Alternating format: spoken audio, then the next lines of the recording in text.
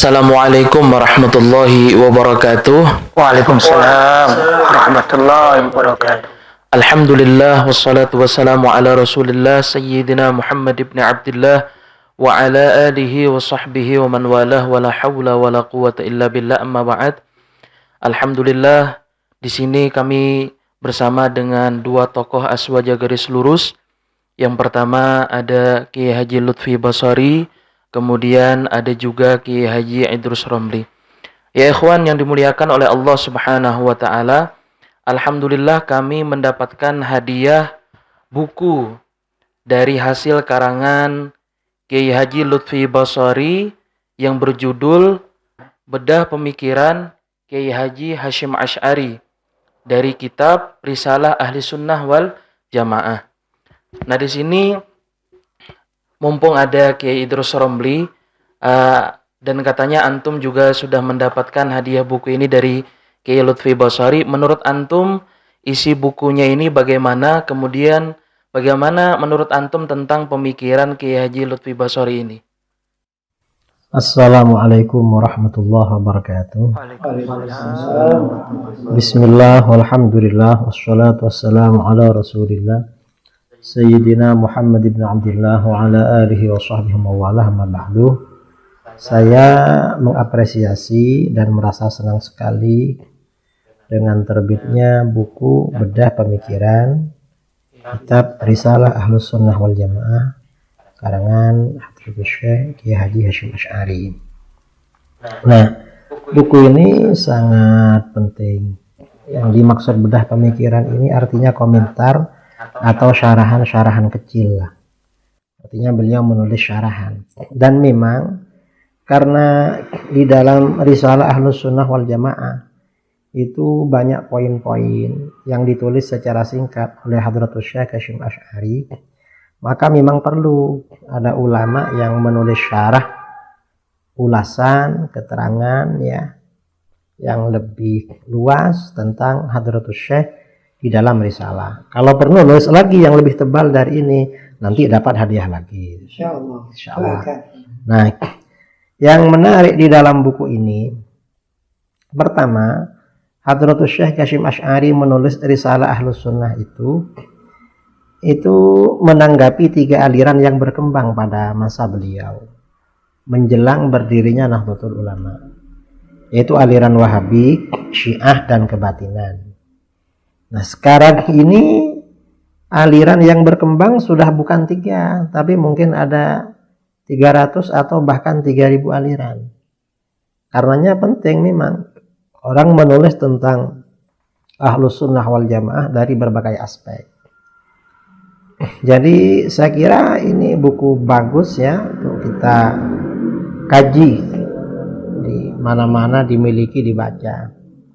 Bahwa para ulama kita dulu, salah satunya Hadratus Syekh Hasyim Asy'ari, memang sangat perhatian terhadap problem yang dihadapi oleh umat Islam, terutama problem dalam persoalan akidah. Ini perhatiannya luar biasa. Itulah tadi komentar dari Kiai Haji Idrus Romli tentang buku Bedah Pemikiran Kiai Haji Hasyim Asy'ari dari kitab Risalah Ahli Sunnah wal Jamaah yang ditulis oleh Kiai Haji Lutfi Basari. Mumpung beliau berdua di sini ada, Kiai Haji Lutfi Basari sebagai pengarang buku ini dan juga Kiai Haji Idrus Romli, maka di sini kita akan sedikit mereview apa isi dari buku ini. Yang pertama yang mau kami tanyakan adalah pada halaman 43 yang mana judulnya itu wajib taklid bagi selain mujtahid. Di sini Kiai Haji Hasyim Asy'ari menerangkan, menurut para ulama ahli tahqiq, orang yang tidak memiliki kapasitas untuk melakukan ijtihad secara mutlak, meskipun dia memiliki sebagian ilmu yang diperlukan dalam ijtihad, maka wajib bertaklid kepada pendapat para mujtahid dan mengikuti fatwa mereka, agar ia keluar dari beban kewajiban bertaklid kepada salah satu mereka, yakni kepada para mujtahid yang dikehendakinya. Karena Allah Subhanahu wa taala berfirman yang artinya, "Maka bertanyalah kepada orang-orang alim yang mempunyai pengetahuan jika kamu tidak mengetahui." Quran surah An-Nahl ayat 43. Nah, ini menurut Kiai Haji Idrus Romli bagaimana, Kiai? Tentang hal ini, wajib bertaklid. Bertaklid itu hukumnya wajib bagi orang yang bukan mujtahid. Dan bertaklid itu artinya mengambil pendapat orang alim tanpa mengetahui dalilnya. Itu namanya taklid. Itu perintah di dalam Al-Quran. Di dalam Al-Quran Allah Subhanahu wa ta'ala berfirman, "Fas'alu ahla dzikri in kuntum la ta'lamun." Bertanyalah kalian kepada ahli zikir, maksudnya para ulama, apabila kamu tidak tahu. Artinya, seorang awam ketika tidak tahu persoalan hukum agama, perintah Allah di dalam Al-Quran bertanya kepada orang alim. Itu artinya taklid artinya. Jadi Al-Quran tidak memerintahkan cari sendiri hukumnya dalam Al-Quran. Enggak. Dan ini betul penting bertaklid. Karena kalau tidak bertaklid bisa bahaya. Terutama pada masa seperti sekarang ini. Contoh ya, sekarang ini banyak orang-orang yang sebenarnya bukan mujtahid tapi berijtihad. Akhirnya ijtihadnya bertentangan dengan Al-Quran dan hadis.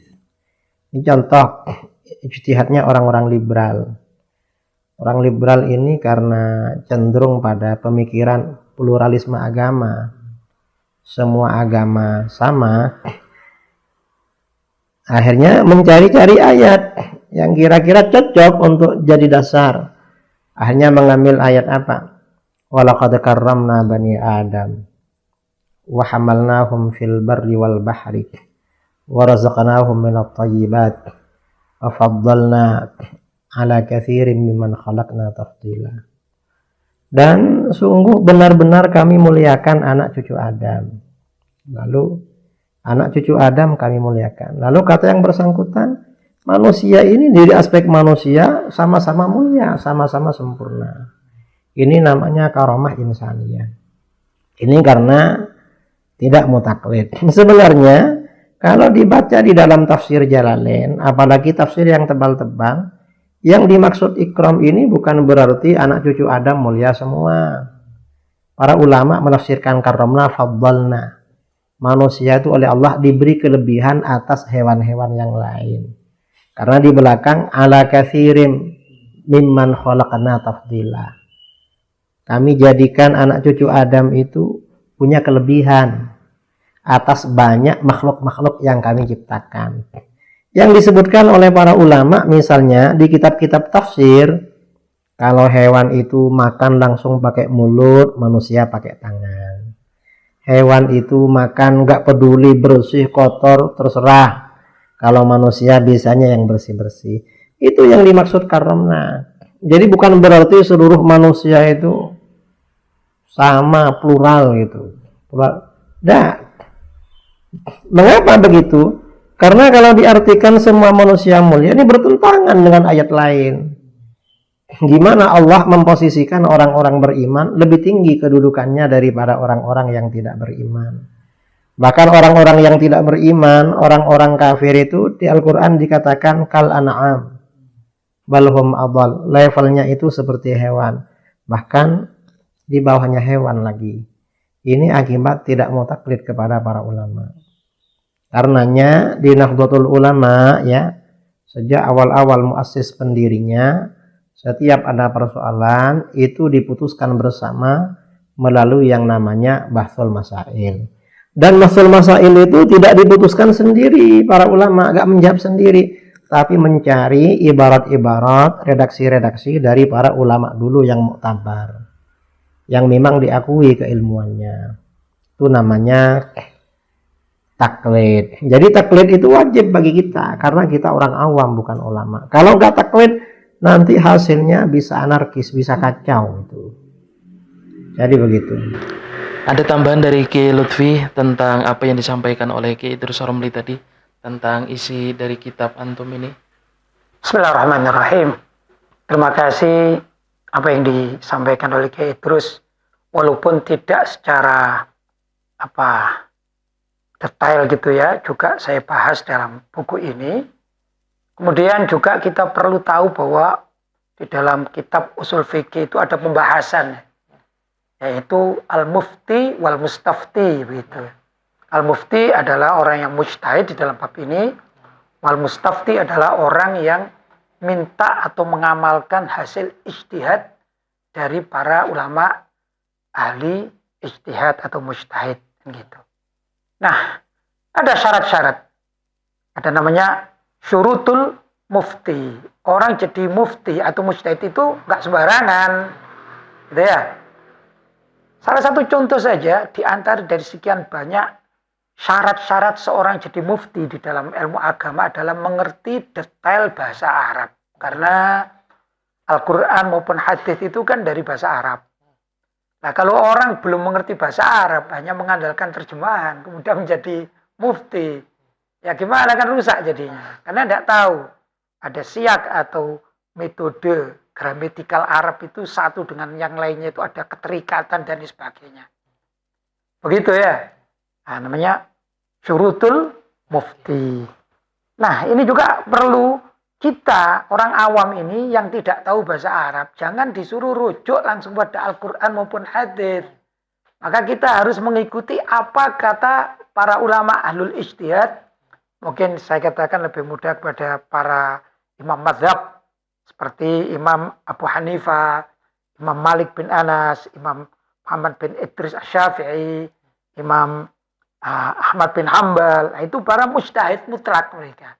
Nah, kita orang awam-awam ini yang nggak ngerti bahasa Arab, ya ikut aja pelajaran dari mereka itu apa. Itu pun sudah didesain oleh para ulama zaman sekarang dengan sistematis hasil dari ijtihad para ulama tersebut.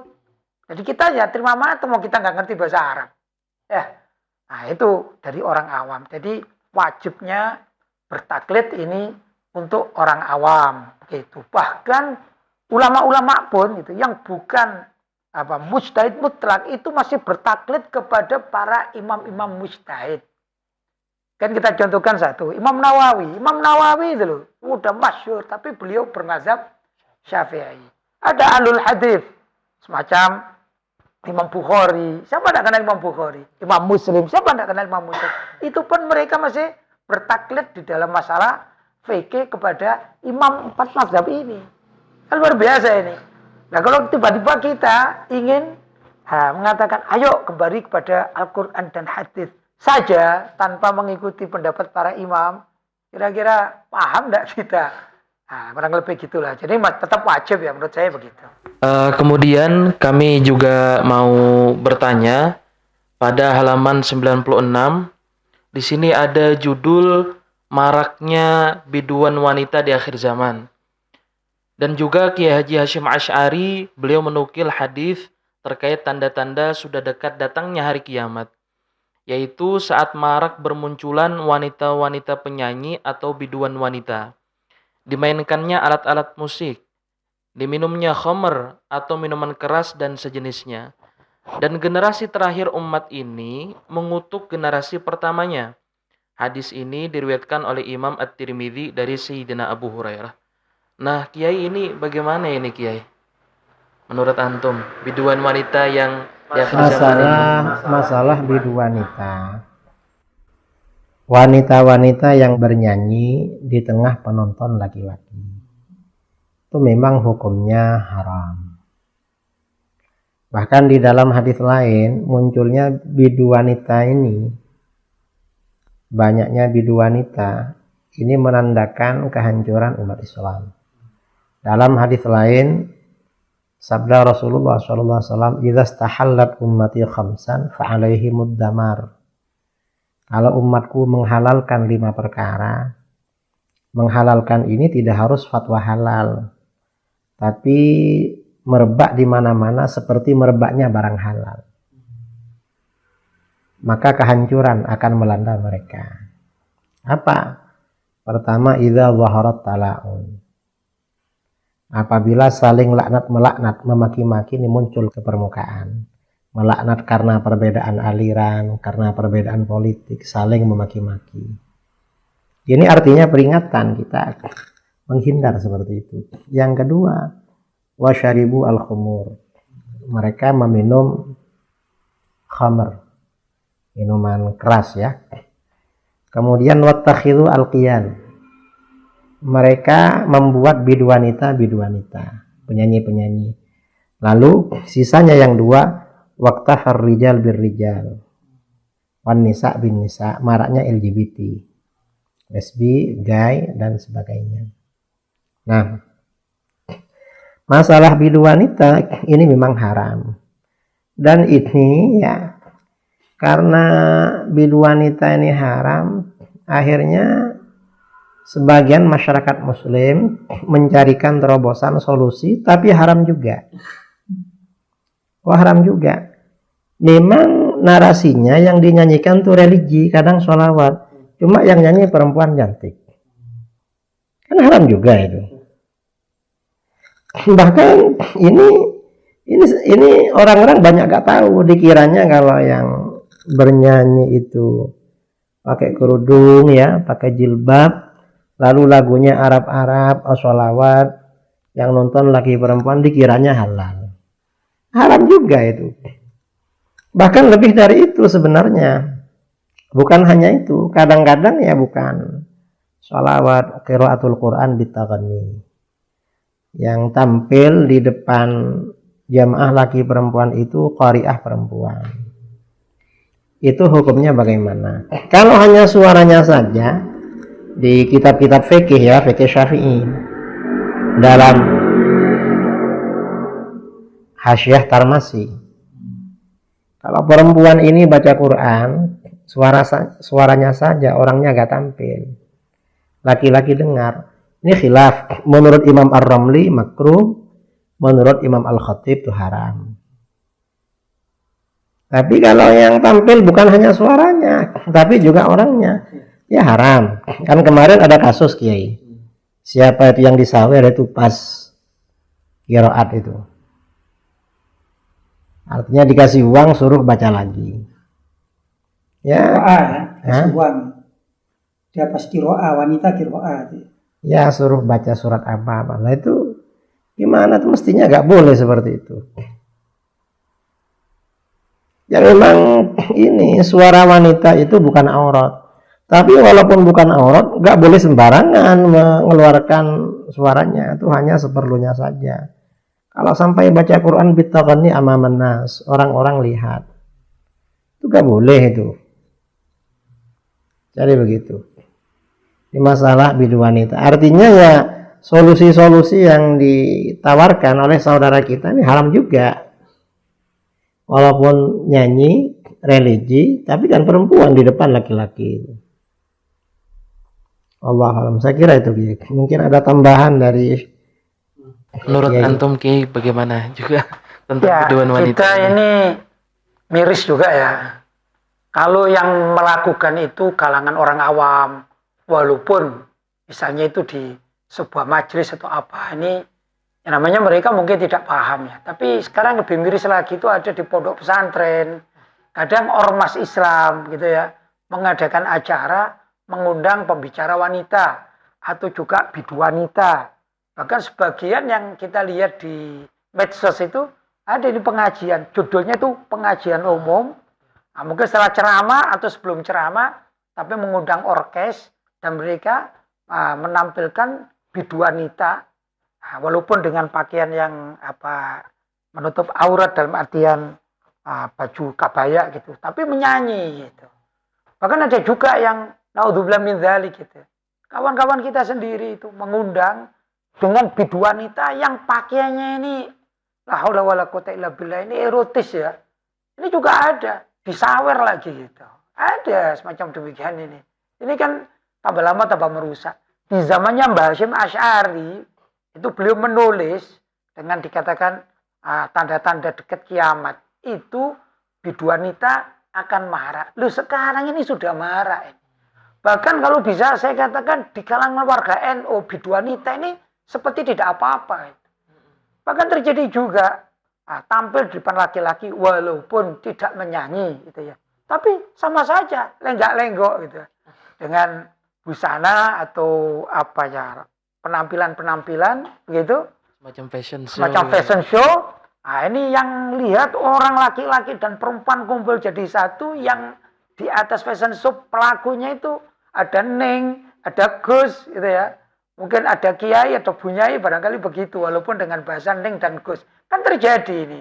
Ini semua adalah melanggar apa yang dikhawatirkan oleh Mbah Hasyim Asy'ari dalam buku Risalah Ahlussunnah wal Jamaah. Padahal buku itu semestinya menjadi pegangan ulama atau kiai-kiai NU dan juga para warga NU pada umumnya, dan terlebih juga yaitu santri-santri, santriwati, santriwan ini tidak boleh mengalahkan seperti itu. Apalagi Neng dan Gusnya nggak boleh. Ini yang merusak lah, saya kira merusak yang dikhawatirkan oleh Kiai Hasyim Asy'ari zaman ini terjadi. Apalagi zaman anak dan cucu kita ya. Mudah-mudahan diselamatkan oleh Allah SWT ya. Itu kurang lebih.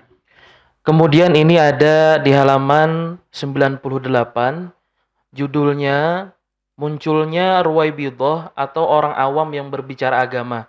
Ini kayaknya sudah terjadi juga sekarang. Kiai Haji Hasyim Asy'ari menukil sebuah hadis yang isinya bahwa di hadapan Dajjal ada beberapa tahun yang penuh tipuan, di mana orang yang jujur dianggap bohong, orang yang bohong dianggap jujur, orang yang amanah dianggap khianat, orang yang khianat dianggap amanah. Dan orang Ruwaibidah berbicara ketika ditanya, siapakah orang Ruwaibidah itu? Nabi Shallallahu Alaihi Wasallam menjawab, orang rendah yang berbicara tentang urusan publik. Ini diriwayatkan oleh Imam Ahmad dan Imam Al-Bazzar dari sahabat Anas bin Malik. Nah, ini bagaimana Kiai? Ini apakah sudah terjadi apa bagaimana Kiai? Ruwaibidah itu artinya ar-rajulut tafiq yatakallam fi amril amma. Ada orang rendah, orang tidak penting yang dibicara urusan-urusan besar. Termasuk Ruwaibidah, orang yang tidak pernah belajar ilmu agama lalu ceramah keagamaan. Itu Ruwaibidah juga. Ya termasuk Ruwaibidah ya ustaz-ustaz Salafi Wahabi itu. Ruwaibidah. Kenapa? Bicaranya lebih besar daripada isinya. Harusnya kan mengerti ilmu agama itu bagaimana seluk-beluknya. Isinya bagaimana. Enggak belajar, hanya belajar sebentar, lalu menyalah-nyalahkan sana-sini. Itu termasuk Ruwaibidah. Dan sekarang memang benar-benar marak itu. Mana-mana ada kelompok-kelompok ini. Karenanya kita nas'alullah al-afiyah.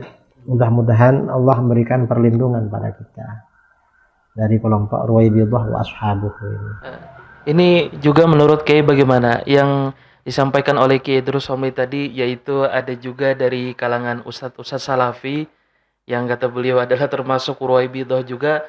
Karena saya juga pernah menyaksikan Kiai dalam sebuah video itu ada seorang ustadz, dia ini menjelaskan ayat wa wajadaka dhallan fahada, itu dikatakan dengan tafsirannya sendiri, bahkan sampai mengatakan orang yang memperingati Muhammad sama dengan memperingati kesesatan Muhammad. Ini bagaimana Kiai? Ini kan rusak sekali pemahaman seperti ini. Menurut antum gimana Kiai?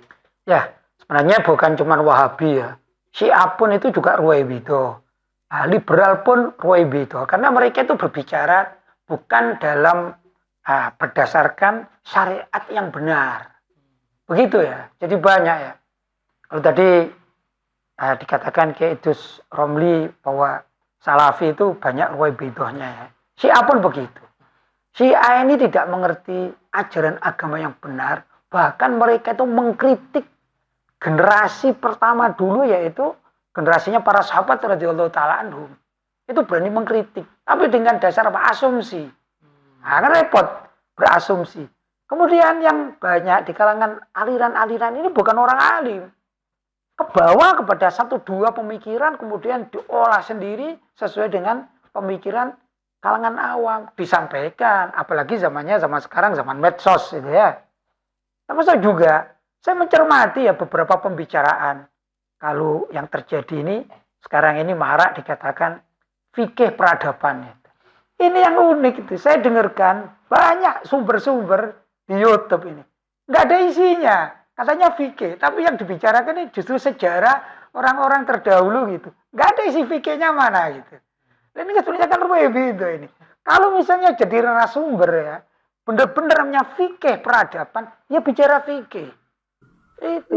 Apa maksudnya itu ulil absor bukan? Termasuk. Ya, banyak. coba kalau kita perhatikan ya, mungkin kawan-kawan kita warga Nahdiyun, ulama-ulamanya yang ahli basul masail gitu ya, atau betul-betul ya benar-benar pegang teguh dengan kitab-kitab salaf.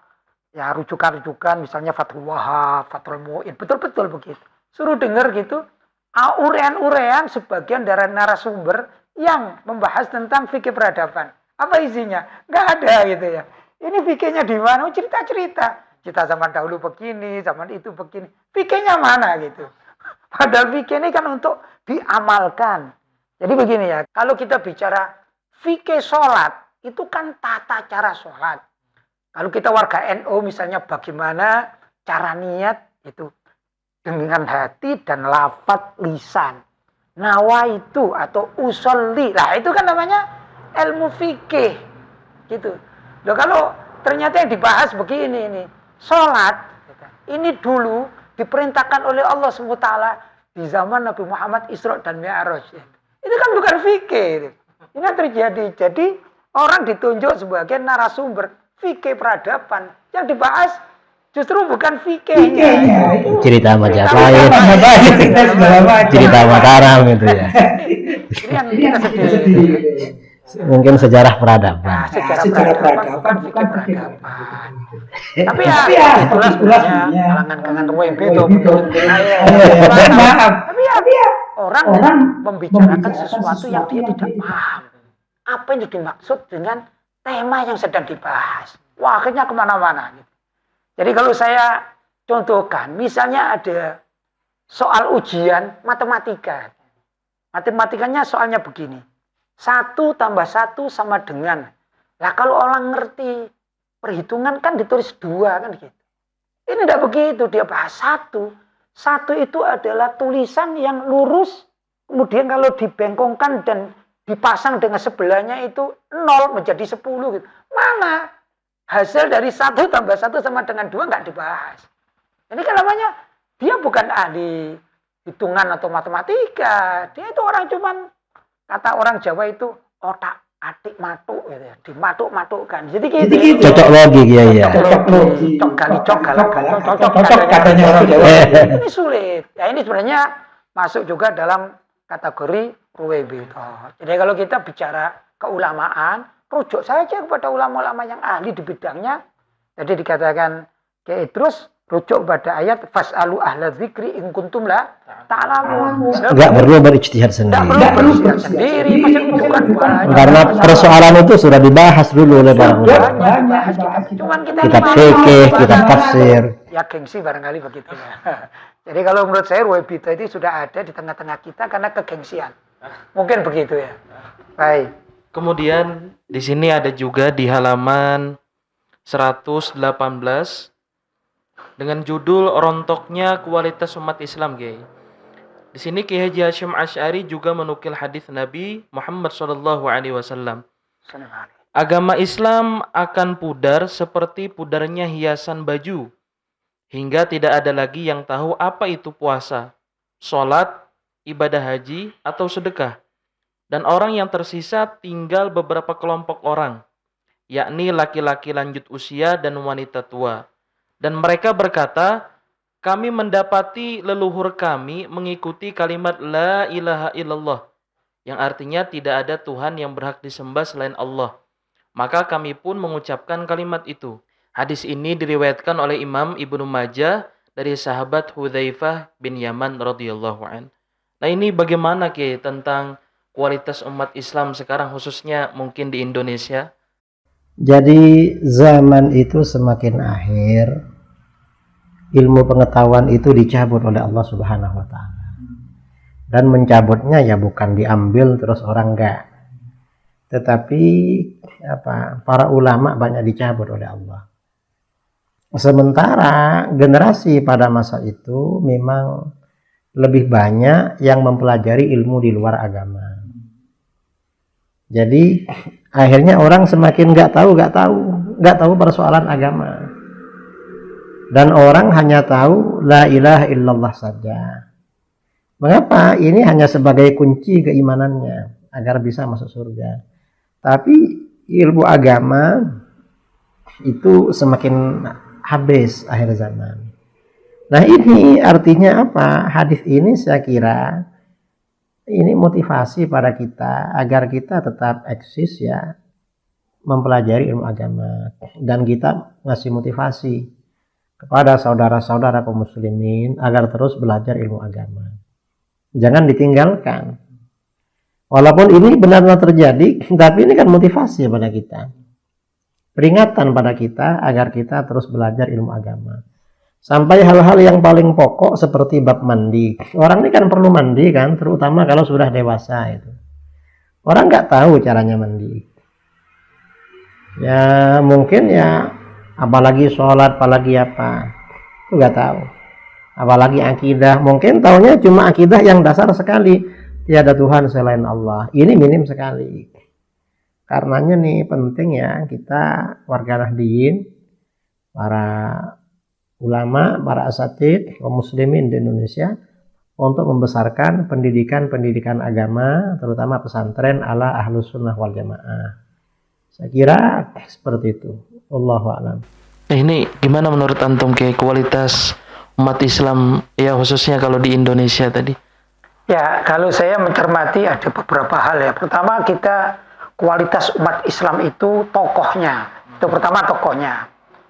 Ada sebagian keluarga muslim itu ya, yang mengirimkan anak-anaknya atau keluarganya. Anak itu ya bisa saudara, bisa adik, ya, bisa juga anak itu. Kalau mereka mengirimkan pendidikannya itu kepada tempat-tempat yang betul-betul Islam gitu ya. Negara-negara Islam, negara-negara yang di situ benar-benar menjadi rujukan umat Islam gitu. Ini insya Allah mereka pulang menjadi alumni-alumni yang baik. Tapi jadi masalah tidak begitu. Sebagian dari keluarga muslim ini juga ingin mendapatkan gengsi yang cukup bagus itu. Akhirnya mengirim anak-anaknya atau keluarganya ke negeri-negeri non-muslim. Atau seperti ke Amerika, ke Boston, ke Chicago, dan lain sebagainya ya. Ke Jerman.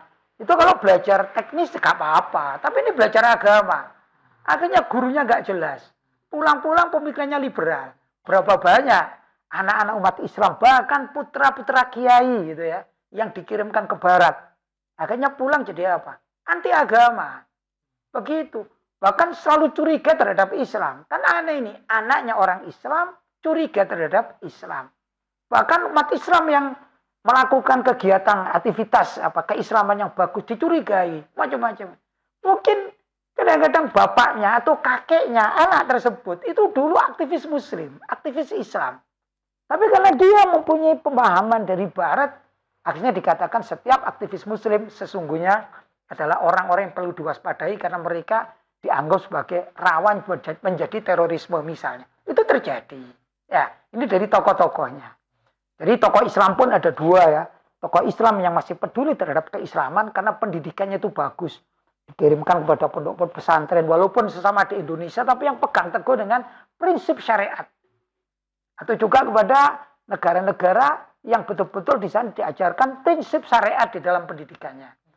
Yang kedua adalah anaknya atau keluarga muslim tapi dikirim ke negara-negara kafir. Sehingga pulangnya mereka lebih tampak mencintai kekafiran daripada keislaman itu sendiri. Ini terjadi di kalangan umat Islam Indonesia. Nah, dari tokoh-tokoh itu dampaknya, tatkala mereka mengajarkan atau pemahamannya, baik itu lewat medsos atau pertemuan secara langsung, majelis-majelis mereka, ada dua kelompok. Yang satu ingin tetap melaksanakan syariat yang utuh, gitu ya, sesuai dengan apa yang dipelajari dalam kitab-kitab fikih atau kitab-kitab pesantren, gitu ya, yang memang sudah menjadi kurikulum. Kan ada itu pesantren kita, pesantrennya warga Nahdliyin, akidahnya pakai apa, gitu. Fikihnya pakai apa, tafsirnya pakai apa, itu jadi pegangan utama. Sedangkan yang pergi ke negeri-negeri kafir itu pegangan utamanya adalah hak asasi manusia, gitu. Bukan hak asasi Allah, maksudnya syariat, tapi hak asasi manusia. manusia. Akhirnya segala macam dikatakan ini harus manusianya seperti ini, manusia, pertimbangannya manusiawinya, keinsanan atau insanianya, bukan islamianya. Ini terjadi.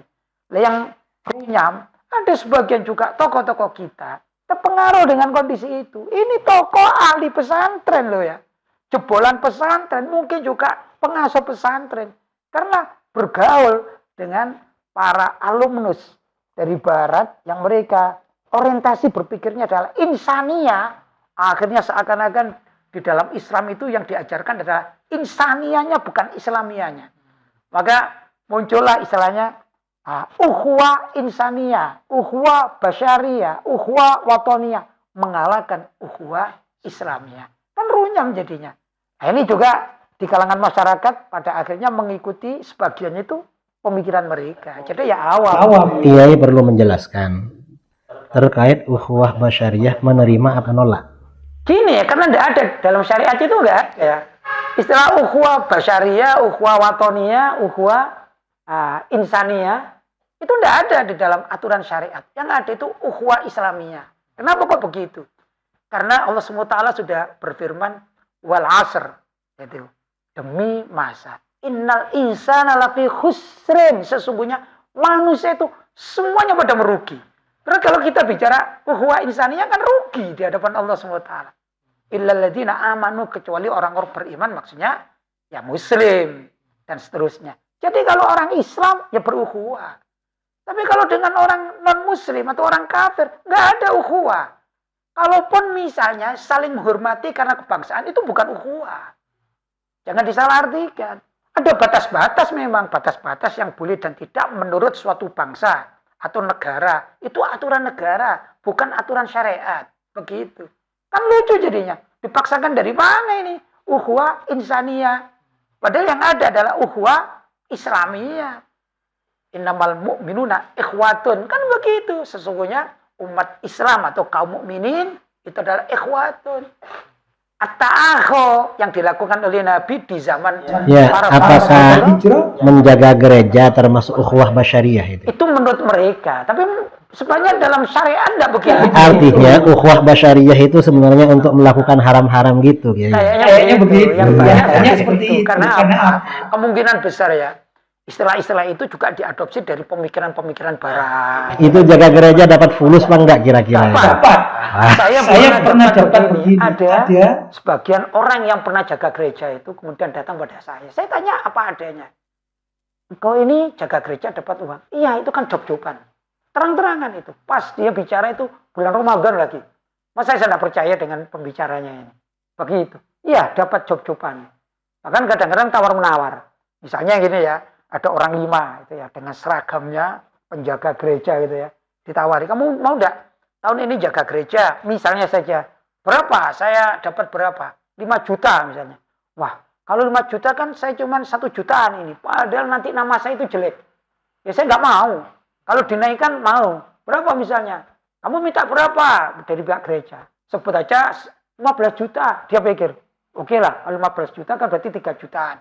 Itu terjadi. Dan itu cerita sendiri pada saya. Pelakunya loh cerita sendiri pada saya. Kan luar biasa ini kan. Ya. Artinya ukhuwah basyariyah itu untuk cari duit Kiai. Yang sekarang ini ya. Ya proposal itu kan diajukan kepada orang-orang kaya muslim tidak semuanya didapatkan gitu. Tapi kalau proposal atas nama ukhuwah insani atau basyariyah itu diajukan kepada pihak gereja atau pihak sinagog gitu ya, atau yang lain-lain untuk penjagaan. Wah ini kan laris manis lah. Barangkali begitu juga runyamnya di situ. Oke. Kemudian berikutnya di sini ada di halaman 149 ada judul jenazah yang berbicara. Di sini Kiai Haji Hasyim Asy'ari menerangkan tentang suara dan jeritan jenazah yang tidak dapat didengarkan oleh keluarganya yang masih hidup. Sebagaimana Imam Bukhari meriwayatkan dari Sayyidina Abu Sa'id Al-Khudri radhiyallahu an, bahwasanya Rasulullah sallallahu alaihi wasallam bersabda, apabila jenazah diletakkan dan dipikul oleh beberapa orang pria di atas pundak mereka, maka jika jenazah itu adalah orang soleh, ia akan berkata, segerakanlah aku. Dan jika jenazah itu tidak saleh, ia akan berkata, oh celaka. Kemana mereka hendak membawanya? Suaranya bisa didengar oleh siapa saja, kecuali manusia. Seandainya manusia mendengarnya, ia pasti pingsan. Nah ini bagaimana Kiai kok bisa? Itu maksudnya pembicaraan alam gaib. Jadi mereka ini berbicara, yang berbicara itu rohnya, itu alam ruh. Makanya kita tidak mendengar. Yang bisa mendengar itu ya orang-orang sesama alam gaib, orang mati. Atau orang hidup, tetapi hatinya sudah mati dari dunia. Itu bisa tahu seperti itu. Seperti sebagian para aulia, para wali itu kadang tahu rahasia-rahasia seperti itu. Ini termasuk keimanan kepada perkara gaib. Roh itu masih ada interaksi setelah dicabut dari raga. Maksudnya seperti itu. Saya pernah dengar Kiai Idrus berbicara itu ya tentang Nabi Muhammad SAW itu berdiri tatkala ada jenazah Yahudi. Saya ingin lagi mendengar dari Kiai Idrus. Ini Kiai ya, hadis ini yang dijadikan dasar oleh kelompok pluralisme agama, fikih peradaban dan ukhuwah basyariah, bahwa manusia itu sama, yang Islam, Kristen apa sama. Buktinya apa? Hadis riwayat Bukhari. Jadi marrat janazatun bi Rasulillah SAW, faqama, Rasulullah berdiri, faqila lahu innaha janazatu Yahudi ya Rasulullah. Kenapa Rasulullah berdiri? Itu kan jenazah Yahudi. Lalu Rasulullah SAW bersabda, alaisat nafsan, bukankah itu orang manusia? Lalu kata kelompok fikih peradaban, ukhuwah basyariah, dari sini jelas sekali bahwa manusia itu sebenarnya sama dari segi kemanusiaan. Yahudi, Muslim sama saja. Nah, kita ini kalau membicarakan hadis itu harus membaca syarah-syarah hadis. Dan mengapa begitu? Karena para ahli hadis itu di dalam mensyarah hadis itu dari berbagai aspek. Kadang ditafsirkan dengan Al-Quran, kadang dengan sesama hadis. Makanya kata Imam Al-Iraqi dalam Alfiyahnya, wa khairu ma fassartahu bil waridi. Sebaik-baik penafsiran terhadap hadis adalah dengan dalil yang sama-sama warid, apakah Al-Quran atau sesama hadis. Ternyata bagaimana kajian ilmu hadis Al-Hafidz Ibnu Hajar Al-Asqalani dalam Fathul Bari dari takhrij ya, karena kalau menafsirkan hadis ini perlu ditakhrij dulu, perlu dianalisis jalur-jalur lain dalam persoalan yang sama. Ternyata di dalam riwayat-riwayat yang lain diterangkan maksudnya berdiri kepada orang mati itu hidup, maksudnya i'dhaman lil malaikah, takzim kepada malaikat yang membawa ruh itu, bukan pada Yahudinya. Kalau Yahudinya nggak perlu ditakzim, nggak boleh malah takzim kepada Yahudi, sudah kafir itu. Jadi ini memang persoalan ya, sebagian saudara kita karena berijtihad sendiri, nggak mau taklid kepada para ulama. Jadi apa-apa yang terlintas dalam pikirannya dia cari-carikan hadis, dicocok-cocokkan. Itu nggak boleh seperti itu. Wallahu a'lam, saya kira seperti itu. Ada tambahan dari Kiai? Baik, kalau saya menukil makalah dari Kiai Hasyim Asy'ari itu karena juga prihatin ya. Ada prihatin sebagian masyarakat. Nah, ini terpengaruh dengan pemikiran Wahabi itu. Katanya orang mati sudah mati, sudah dikubur tinggal sajalah. Ada apa itu? Mereka sudah mati, selesai urusannya dengan kita yang masih hidup. Padahal tidak demikian kan.